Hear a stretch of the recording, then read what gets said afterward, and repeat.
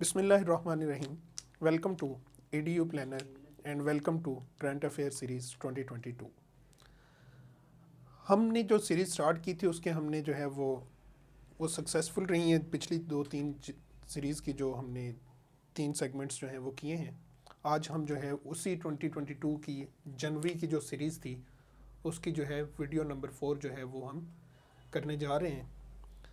तो हम टाइम को जो है वेस्ट किए बगैर जो है हम अपना काम शुरू करते हैं। इसके अंदर जो है वो हमारा फर्स्ट एमसीक्यू जो है वो है when PIA was restricted to flying over European Union.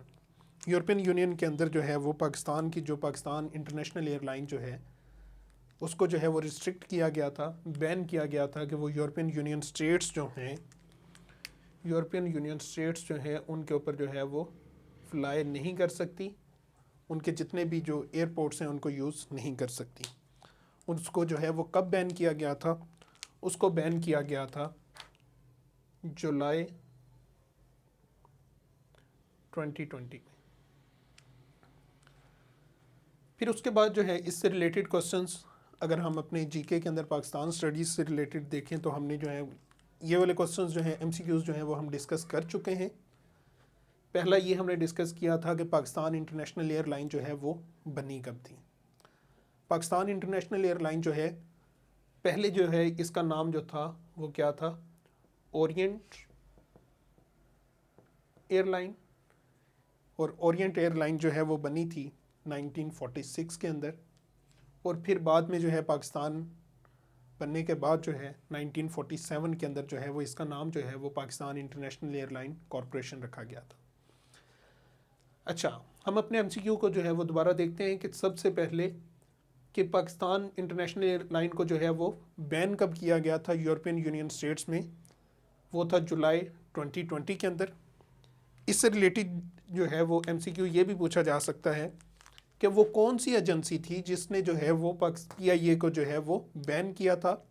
European union की जो एजेंसी है उसका नाम है European Union Aviation Safety agency. ये दोनों एमसीक्यू जो हैं वो पूछे जा सकते हैं। इवन के जो फर्स्ट एमसीक्यू है वो तो पूछा जा चुका है पहले भी एक बार, तो ये रिपीट भी हो सकता है। और उसके बाद जो है यूरोपियन यूनियन के अंदर कौन सी ऐसी एजेंसी है जो कि एविएशन डिपार्टमेंट को जो है वो कंट्रोल करती है, सेफ्टी के बारे में जितने भी सेफ्टी मेजर्स जो हैं वो लेती है, तो वो कौन सी है? European Union Aviation Safety agency.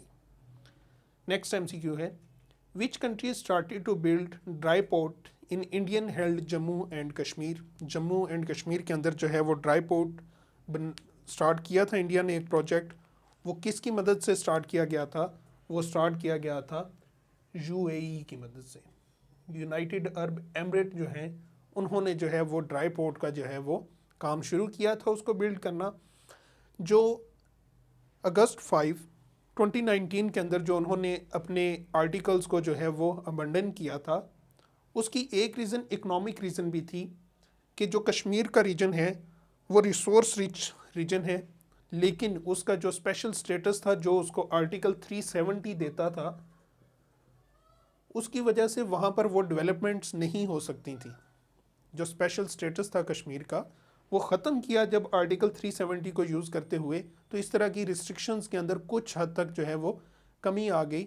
बहुत सारे कंट्रीज़ जो हैं उन्होंने जो है वहाँ पर डेवलपमेंटल प्रोजेक्ट्स जो हैं वो स्टार्ट करने का जो है वो इंदिया दे दिया। नेक्स्ट आ जाए जी। नेक्स्ट है when south Korea tested hypersonic missiles. Hypersonic missiles जो हैं वो एक तो रशिया ने जो है वो टेस्ट किए थे और दूसरा जो है वो नॉर्थ कोरिया है, उन्होंने जो है वो टेस्ट किए थे। तो ये टेस्ट जो है वो कब किया था उन्होंने किया था जनवरी 6 2022 में। जनवरी 6 2022 के अंदर जो है वो नॉर्थ कोरिया ने जो है वो हाइपरसोनिक मिसाइल्स जो हैं उनको टेस्ट करने का जो है वो क्लेम किया था। ठीक है, अब इससे रिलेटेड जो है वो क्वेश्चन जो है वो क्या हो सकता है? नॉर्थ कोरिया नॉर्थ कोरिया जो है उसका कैपिटल पूछा जा सकता है। नॉर्थ कोरिया का जो है वो कैपिटल क्या है? प्योंगयांग।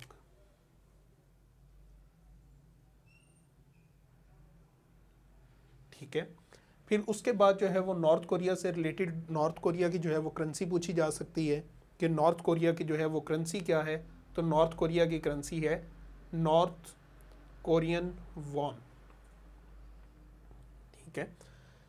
इसी के साथ जो है वो नॉर्थ कोरिया का हमने जिक्र किया, तो हमें जो है वो लाजमी है कि हमें जो है वो साउथ कोरिया का भी पता होना चाहिए कि साउथ कोरिया का जो है वो कैपिटल क्या है। तो साउथ कोरिया का जो कैपिटल है वो है सियोल, और जो इसकी करेंसी है वो क्या है? South Korean von. नेक्स्ट चलते हैं जी। एमसीक्यू नंबर 4 है, how many people died in मरी ट्रैप्ड इन हैवी स्नोफॉल। 2022 के अंदर एक बहुत क्लाइमेटिक इंसिडेंट हुआ था मरी के अंदर, जब जो है वो एक नॉर्मल जो ऑप्टिमम स्नोफॉल होती है उससे ज़्यादा स्नोफॉल हुई, जिसके नतीजे में जो है बहुत सारे लोग वहाँ पर फंस गए थे उस स्नोफॉल के अंदर, गाड़ियों के अंदर, और जिसमें जो है वो डेथ कितने लोगों की हुई थी? नियर अबाउट 22 लोग जो थे, पीपल जो थे, उनकी डेथ हुई थी।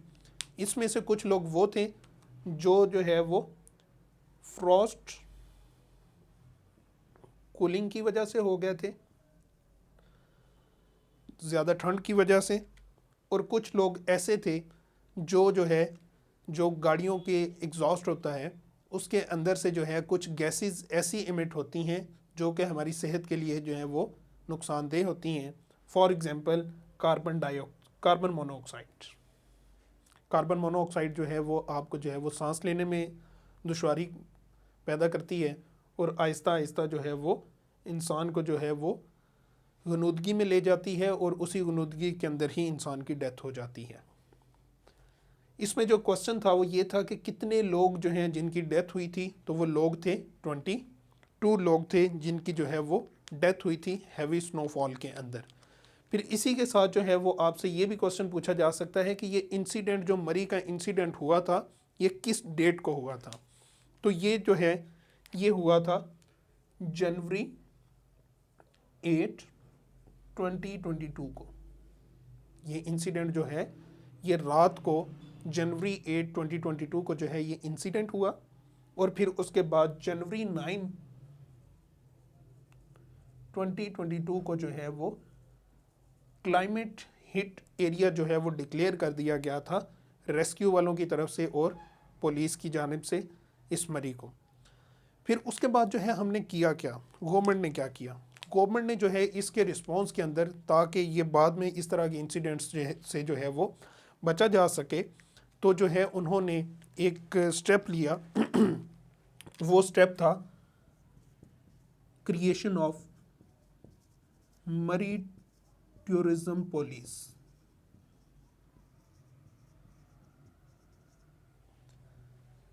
मरी टूरिज्म पुलिस जो है वो लॉन्च की गई। तो उसकी डेट जो है वो कब की गई थी? वो की गई थी अप्रैल 30, 2022 को। ये क्वेश्चन जो है ये पीएमएस के जीके में लास्ट टाइम आ भी चुका है, और दोबारा भी जो है ये क्वेश्चन जो है वो आ सकता है।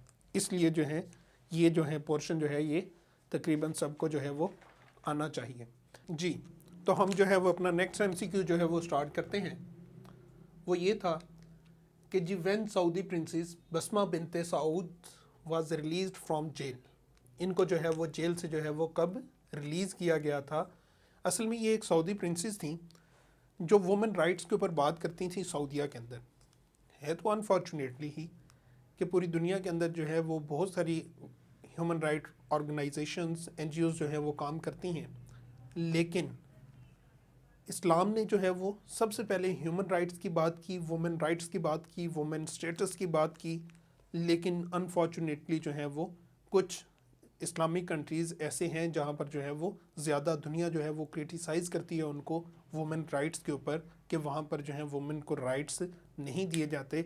इसी तरह की एक एग्जांपल जो है वो सऊदीया के अंदर जो है वो बसमा बिनते सऊद की है कि ये प्रिंसेस थी, इनको जो है वो तकरीबन जो है वो 3 साल जो है वो जेल के अंदर रखा गया और बाद में जो है वो इनको रिलीज़ किया गया। तो यहाँ पर क्वेश्चन है कि इनको जो है वो जेल से जो है वो रिलीज़ कब किया गया था। इनको जो है वो जेल से रिलीज़ किया गया था जनवरी 8, 2022 को। ये अकेली नहीं थी बल्कि इनके साथ जो है इनकी डॉटर भी थी, तो उनका नाम भी आपको पता होना चाहिए कि इनकी जो डॉटर थी उनका नाम क्या था। उनका नाम था सोहेद, जो इनके साथ थी, जिनको जो है वो जनवरी 8, 2022 को जो है वो रिलीज़ किया गया था। किस बेसिस पर? इनको जो है वो हेल्थ बेसिस पर जो है वो जेल से जो है वो रिलीज़ किया गया था।